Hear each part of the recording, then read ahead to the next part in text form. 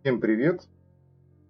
У нас сегодняшний 12 выпуск чтения комментариями книги Ральфа Блюма «Книга рун». Как всегда, мы будем читать увлекательную книгу. Напомню, что книга Ральфа Блюма, она уникальна по своему трактованию рун, в силу его индивидуальной независимой позиции. Лиса, привет! Естественно, что у него свое видение, а у меня есть свое видение, и для этого я создал курс обучения магии. Он основывается на системе рунического футарка. Благодаря рунам мы познаем магию, входим в мир магии.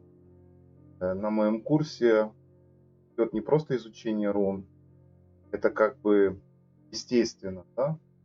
Но еще и изучение своих способностей, изучение себя.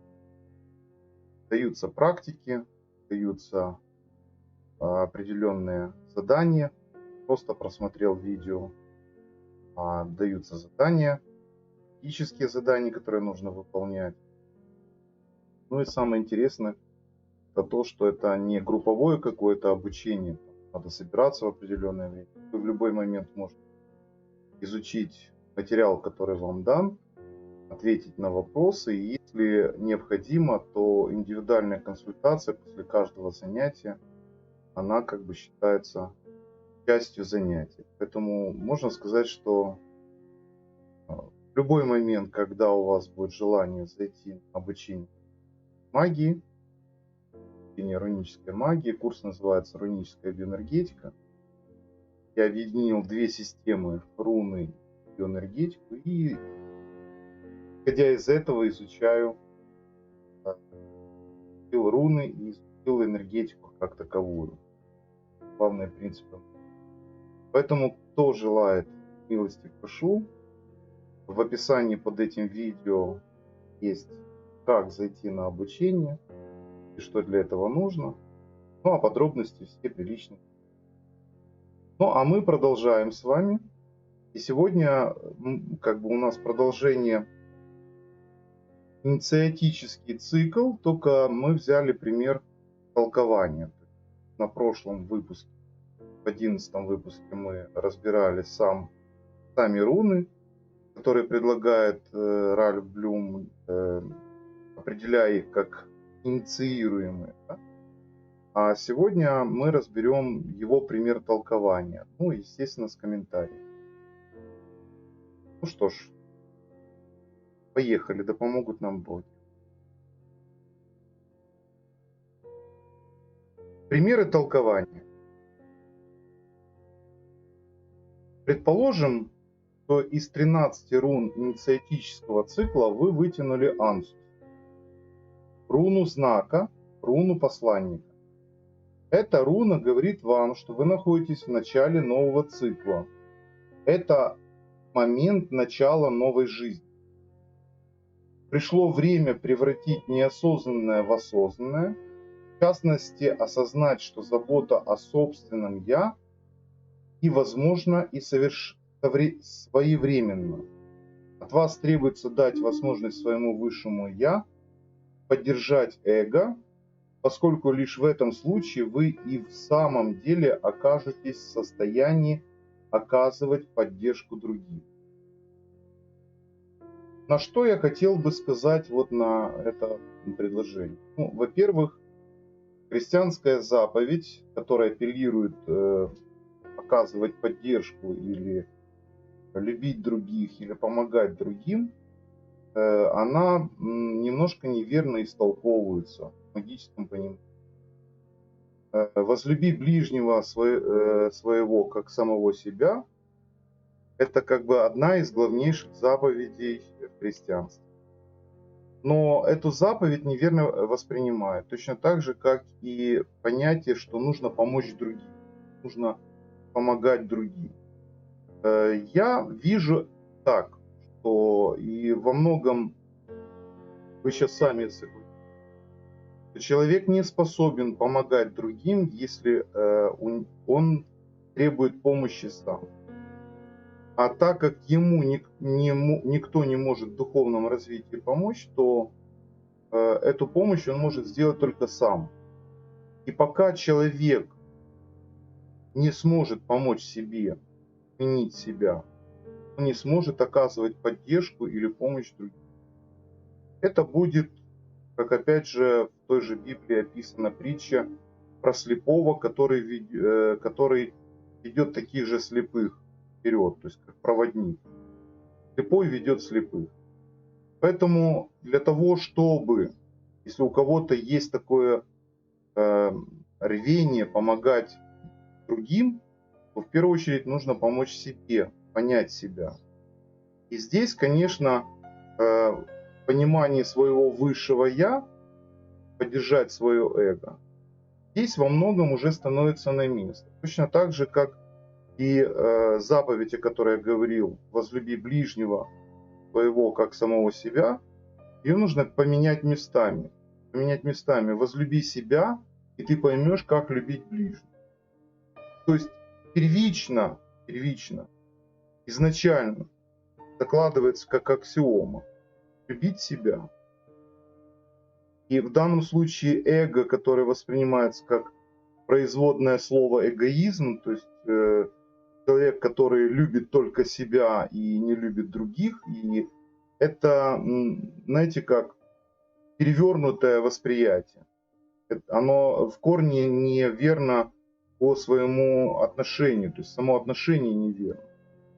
Эго – это предохранитель, в первую очередь, для того, чтобы человек не жертвовал понапрасну собой ради кого-то. Именно с позиции того, что у каждого свой путь, у каждого свой вид.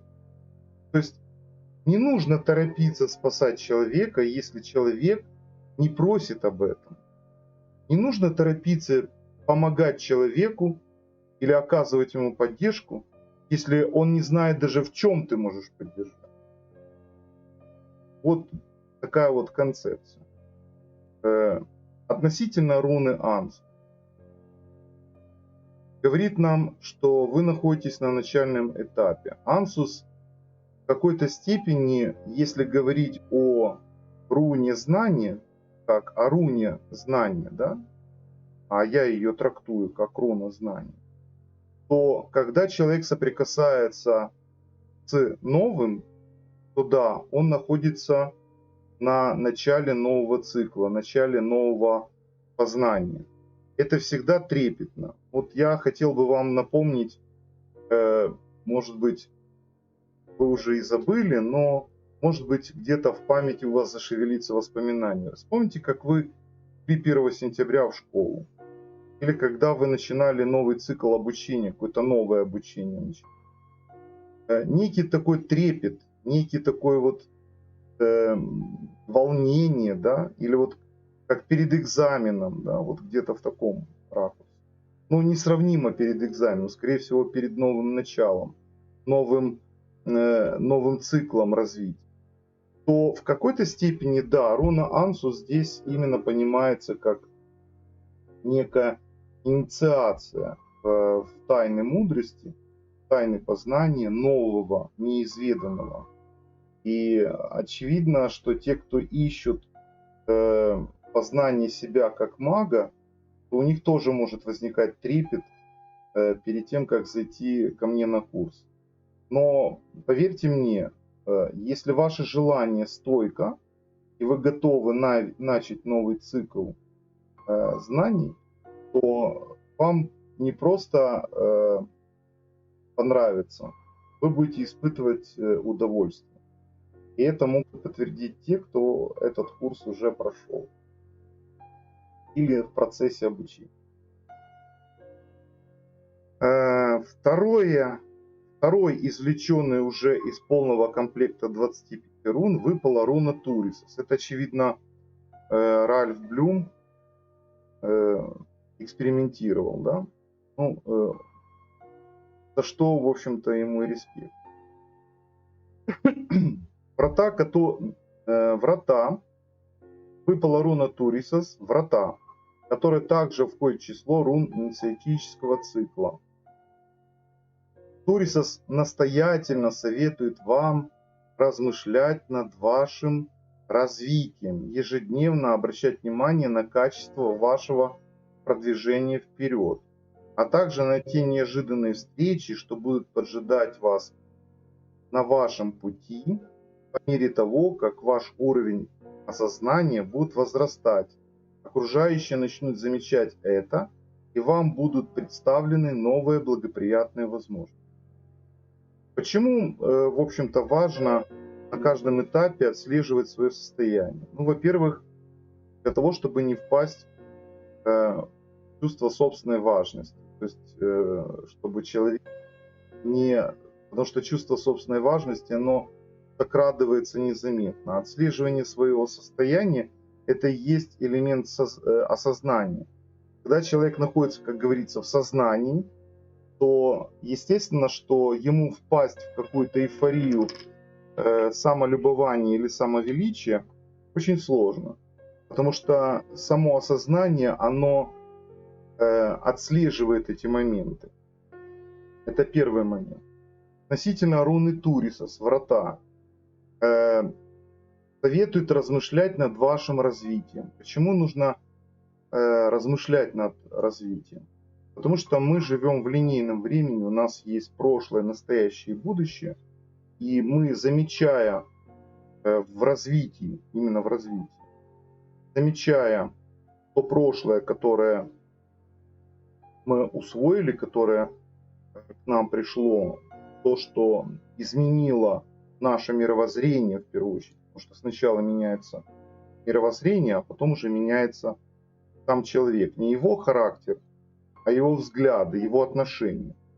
Изменив взгляды и отношения, соответственно, он может отслеживать в настоящем моменте эффект полученных знаний. Алекс, добрый вечер. Субботний вечер, согласен. Когда он отслеживает свое состояние в данный момент, основываясь на полученных знаниях, это своего рода наблюдение, которое помогает человеку укрепиться в достигнутом. И, соответственно, видя, где он не достает до определенного эталона, который он самоустанавливает, этот эталон, он себе планирует будущее, как он будет дальше развиваться, для того, чтобы стать еще более совершеннее. То есть ставит какие-то цели. Это и есть духовный путь развития. Когда мы делаем выводы, извлекаем уроки из прошлого, отслеживая наше настоящее состояние,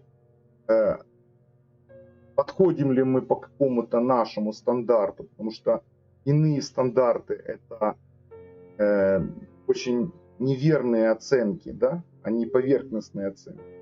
Не всегда будут субъективны. Человек должен иметь какой-то эталон для себя, ставить планки в своей жизни, достижения в своей жизни сам. И мерить свою жизнь по этим планкам, дабы мерила других не сбивали его с пути. И ставить цели в будущем. Это и есть духовный путь. Духовный путь не однажды начинается и однажды заканчивается. Это неверно. Духовный путь начинается тогда, когда мы прозреваем. Точно так же, когда мы открываем ворота Турис.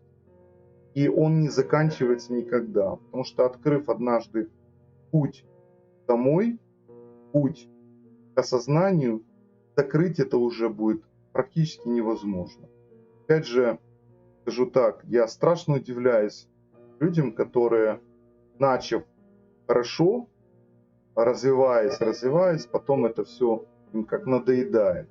То есть, видимо, с самого начала они не вкусили этот плод, сладостный плод знаний, не открыли для себя двери духовного развития, познания самого себя. Слово, которое «я» обращает к высшему «я», движется дальше от высшего «я» к Богу. То есть «я» плотское понимается, высшее «я» духовное, и от духовного самому Богу, божественному, то есть божественному в нас. хотел бы опять же сказать, что большинство людей в силу навязанной религиозности, неважно какой конфессии, они отделяют себя от Бога. Но опять же, если вот мы возьмем, например, близкое к нам христианство, мы помним, что за что распяли Христа. Христа распяли за то, что Он назвал себя Богом. И это послужило причиной богохульства, за которое Синандрион приговорил Иисуса к смертной казни. Заметьте это. Но у Христа хватило смелости и осознания назвать себя Богом. При этом Он говорил: не сказано ли в Писании «вы боги»? То есть изначально наше «я» плотское, оно должно подчиниться духовному «я». А духовное «я» становится божественным «я». Притом подчинение здесь не значит порабощение или подавление. Нет. Это как раз союз и партнерство. Это, помните, я в прошлом выпуске говорил об ингус. Это как раз сила ингус или сила воплощения.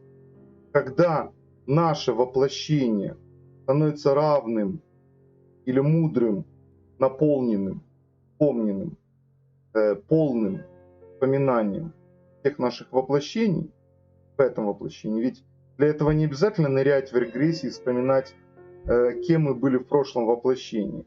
Достаточно в этой жизни постичь или вытащить ту мудрость, которая накоплена предыдущими воплощениями, а не просто вспомнить. Что толку, если я буду знать о своих прошлых воплощениях в событийном ряде, кем я был, что я делал.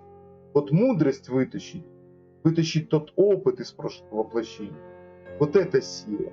А опыт мы можем вытащить из прошлых воплощений не гипнозом, не какими-то практиками или медитациями, мы можем познанием. То есть когда мы в этой жизни познаем, то у нас возникает такое некое удивление. Мы что-то слушаем, читаем, размышляем, и нам кажется, что это уже было. Я это знаю. Может быть, сейчас я даже говорю о каких-то вещах, которые вы можете с удивлением сказать: блин, так я же это знаю, я об этом знаю. То есть это для вас не становится какой-то, знаете как, новостью. Нет, вы наоборот это как будто знаете. Это и есть вспоминание той мудрости, которая была в прошлом воплощении. И вот это важно. Вот это важно здесь и сейчас полностью себя вспомнить. Вы же, внимая зову инициатического цикла, раскрываете себя вести Господней. Ну, опять же, я сам тоже был христианином, кто из нас не был крещен? Вошла на вашу жизнь. В чем суть вести Господней?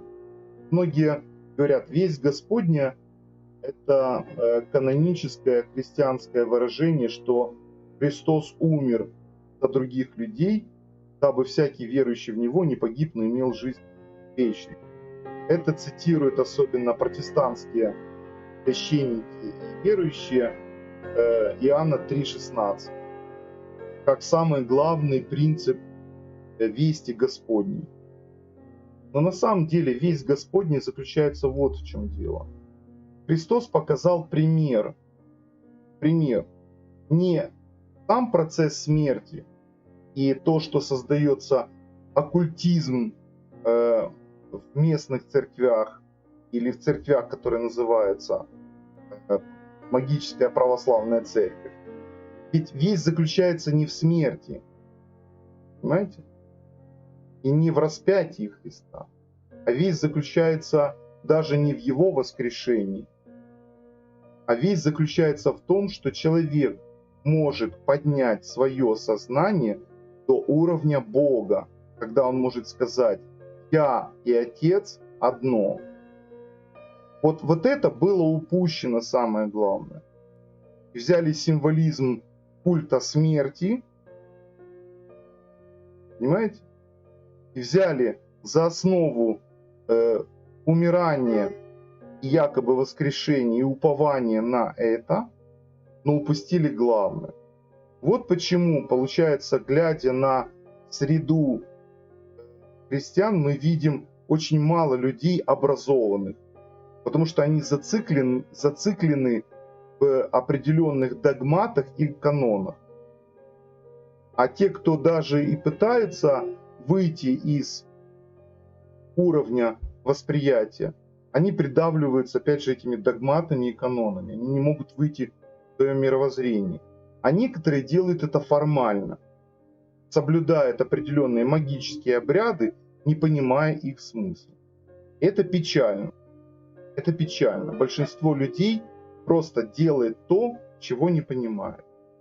Это очень жаль. Очень жаль.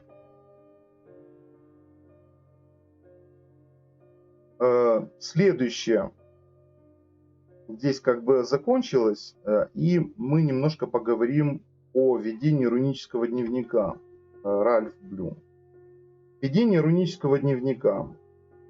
Когда вы начнете постоянно работать с рунами, вы, возможно, сочтете, что вам не помешает понаблюдать за их советами. Записывайте формулировку вашей проблемы, выпавший соответственно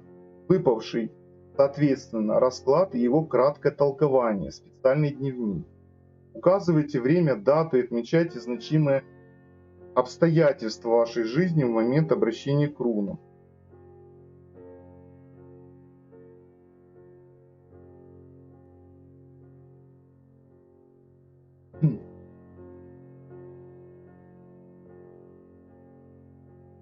Многие сталкивались с ситуацией, когда какая-либо одна и та же руна появляется в их раскладах вновь и вновь, а потом исчезает, но на смену ей тут же появляется другая руна, которая ведет себя точно так же.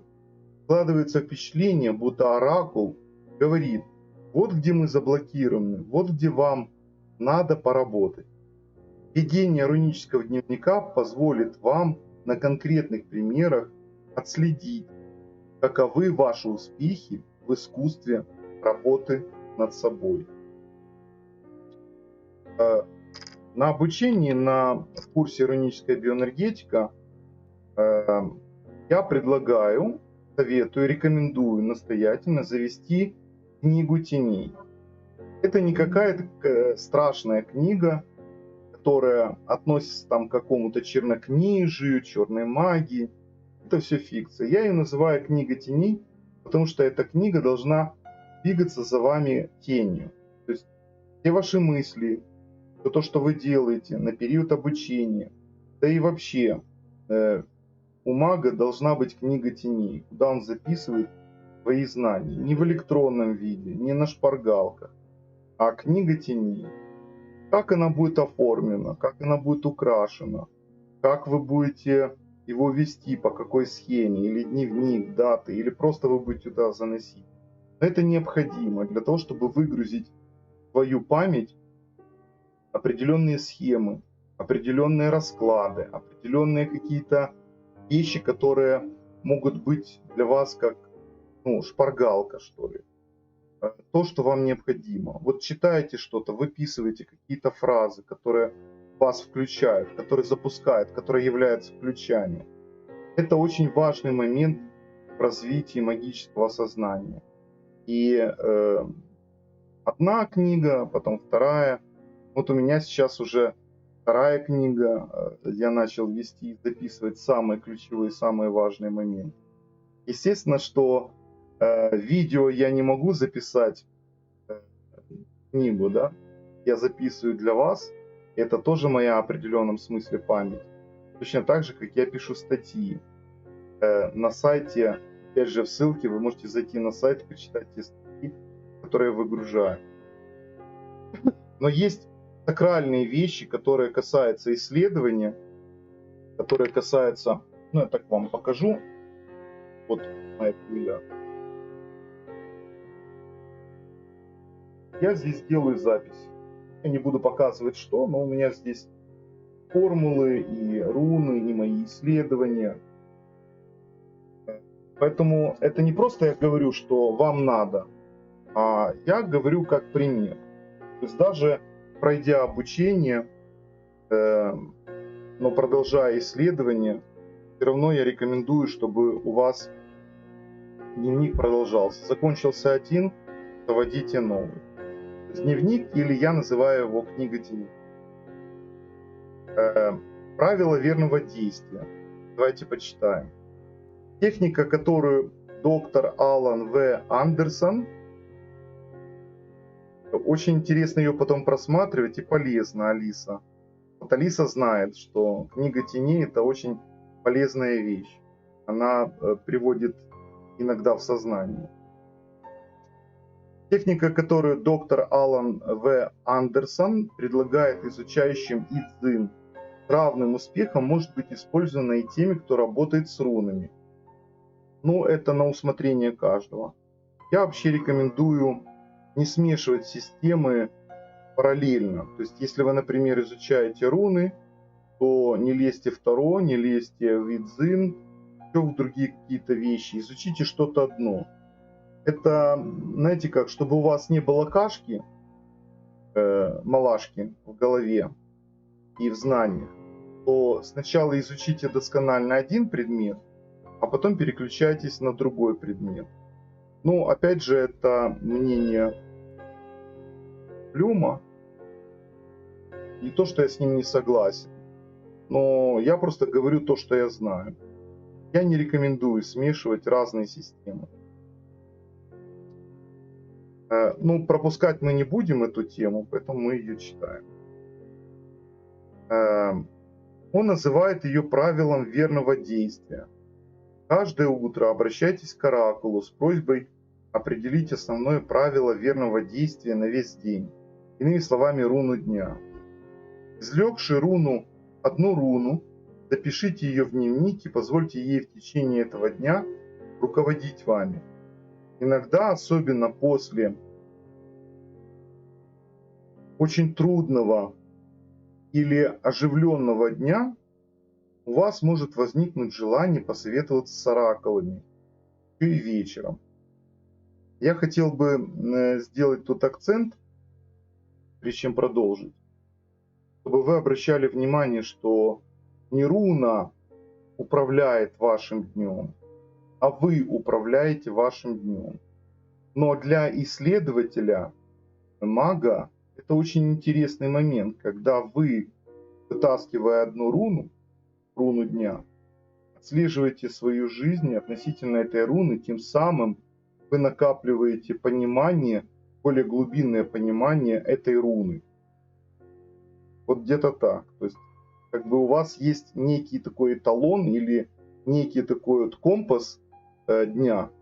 Но это не значит, что если руна вот такая-то, то есть, например, там выпала Иса, и вы все такие замороженные, и нету активности, ну, сегодня ж руна Иса, я сегодня ничего делать не буду, то это, конечно, неверный подход.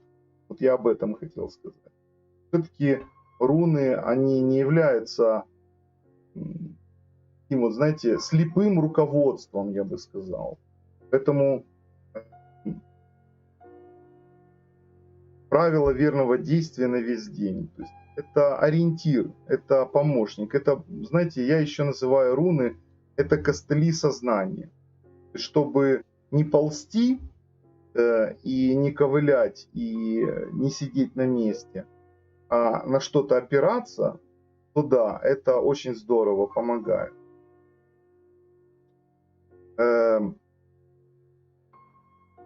Вечером, с оракулом еще и вечером, на этот раз для того, чтобы оценить, насколько правильно вы себя вели. Но нету правил себя вели. То есть правила вы устанавливаете сами, относительно этих правил действуете. Это так. Если вам покажется, что обращаться за советом ежедневно это излишество, Галина, здравствуйте. Несколько дней назад выпала руна Няурус, перевернутый. После выпадания сразу кольнула в спину. И вот уже несколько дней лечусь, предположительно продуло кондиционером. Видите, руна предупредила. Это не значит, что из-за руны вы как бы надорвали спину или что-то со спиной случилось. Руна виновата. Многие же стремятся обвинить кого-то или что-то. На самом деле руна вас предупредила о том, чтобы вы следили за своим здоровьем. Урус — это руна здоровья, первичного инстинкта. Поэтому подсказка была очень верной. Ну, я надеюсь, что этот опыт, который вы приобрели, будет для вас на будущее таким вот уроком, который позволит вам прислушиваться к советам руны.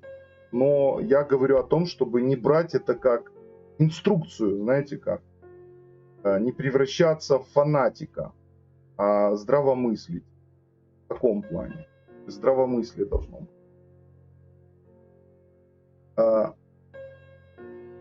Это, значит, я не виню руну, да, это опыт. Не, но я не говорю, что вы вините, я просто говорю это не только конкретно к вам, я говорю ко всем, кто будет смотреть. Поэтому такое важное предупреждение, потому что, честно говоря, я наблюдаю очень часто, что многие обвиняют руну, не понимая смысл самой системы. На самом деле руны — это наш помощник. Вот это так. Если вам покажется, что обращаться за советом ежедневно — это излишество, делайте это раз в неделю. Обращайтесь к рунам в понедельник, чтобы определить правила верного действия на грядущую неделю, а вечером в воскресенье извлекайте одну руну оценочно. Внесение записей, полученных рекомендаций в рунический дневник, поможет вам лучше освоить руны и проникнуть в их символическое значение, а также спустя некоторое время даст возможность оценить для себя умственность и точность советов, уместность и точность советов оракула, как достойного наставника в деле работы над собой. Ну, тут возразить нечего, потому что как исследователь это очень хорошая практика. Для исследования это хорошая практика. Вот на курсе обучения мы проходим активацию рун. В чем заключается активация рун? Примерно от 7 до 9 дней слушатель курса изучает эту руну, распознает, делает домашние задания по этой руне, носит амулет, отслеживает события недели, связанные с этой руной, выделяя или вытаскивая своим вниманием именно события, связанные с определенными процессами руны. Вот это примерно тот самый момент, только Ральф Блюм предлагает это раз в день или раз в неделю делать. То есть он называет это правило верного действия. Ну, пусть будет так. Я думаю, здесь тоже неточный перевод. Но в данном случае это очень хорошая практика изучения руны, самой руны, и, соответственно, понимание через призму данной руны, понимание своего сознания, осознавания, то есть развитие своего. Поэтому в данном случае, конечно, опять же, если мы относимся к этому разумно, да, то тогда это нам приносит. Несмотря на свой более чем почтенный возраст, руны викингов остаются открытой системой. Со временем вы, несомненно, найдете новые плодотворные способы их использования. Наслаждайтесь своими рунами, играйте с ними, позвольте им говорить с вами. Мы в RuneWorks будем рады узнать от вас о ваших экспериментах с оракулом.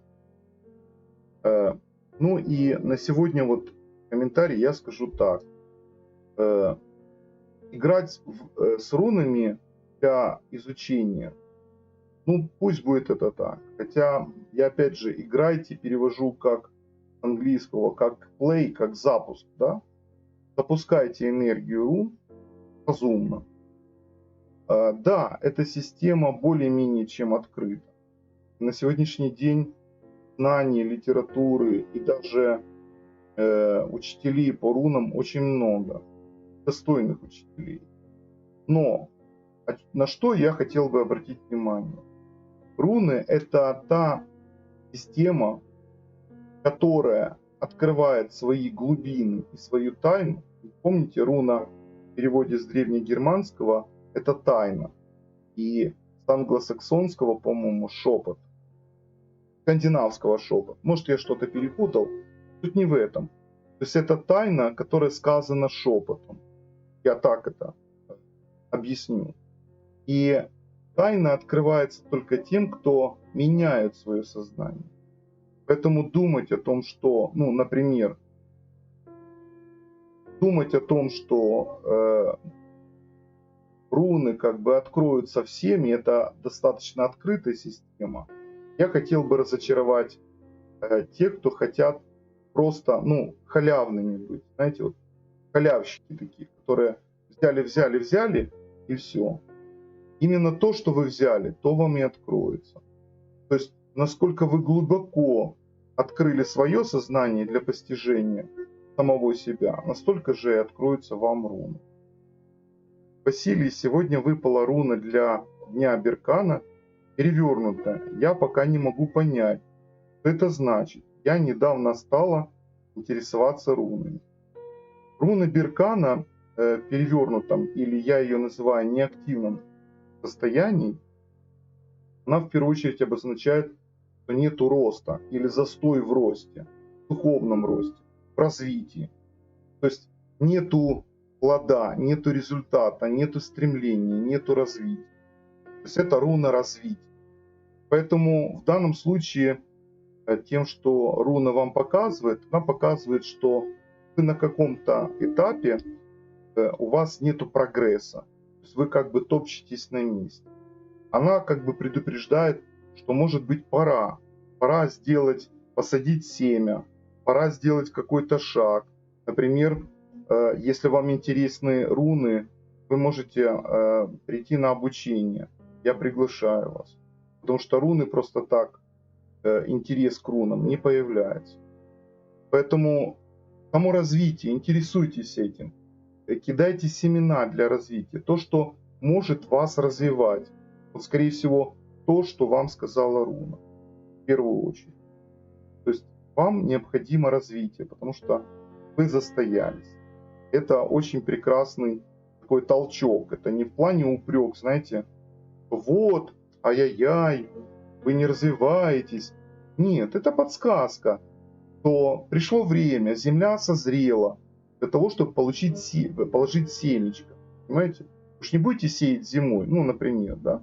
Будете сеять в то время, когда земля готова, когда пришло время, да, благоприятные условия.